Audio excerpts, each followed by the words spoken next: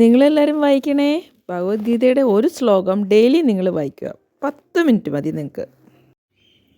ഇന്ന് നമുക്ക് കിട്ടിയേക്കുന്നത് 23-ാമത്തെ ശ്ലോകമാണ്. അധ്യായം 7, പേജ് നമ്പർ 417. അപ്പോൾ ഇന്ന് ഭഗവാൻ എന്താ പറഞ്ഞേക്കുന്നതെന്ന് നമുക്ക് നോക്കാം.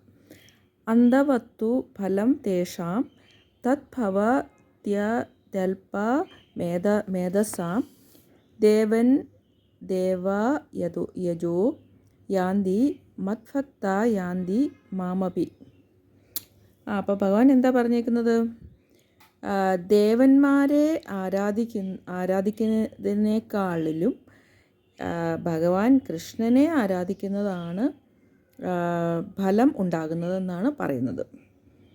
അപ്പം നമുക്ക് ദേവന്മാരെ ആരാധിക്കുന്നത് ക്ഷണികമായിട്ടുള്ള ഫലങ്ങളെ ഉണ്ടാകത്തുള്ളൂ. പക്ഷേ ഭഗവാൻ കൃഷ്ണനെ ആരാധിച്ചാൽ അത് സ്ഥിരമായിട്ടുള്ള ഫലങ്ങൾ നമുക്ക് ഉണ്ടാവുകയും ഭഗവാന്റെ ലോകത്ത് എവിടെ നമ്മൾ മരിച്ചു കഴിഞ്ഞാൽ പരമോന്നത ഭക്തർ ഭഗവാന്റെ പരമോന്നത ഭക്തർ എവിടെ എത്തിച്ചേരുന്നു? വിഷ്ണുപാദത്തിൽ എത്തിച്ചേരുമെന്നാണ് ഭഗവാൻ പറയുന്നത്.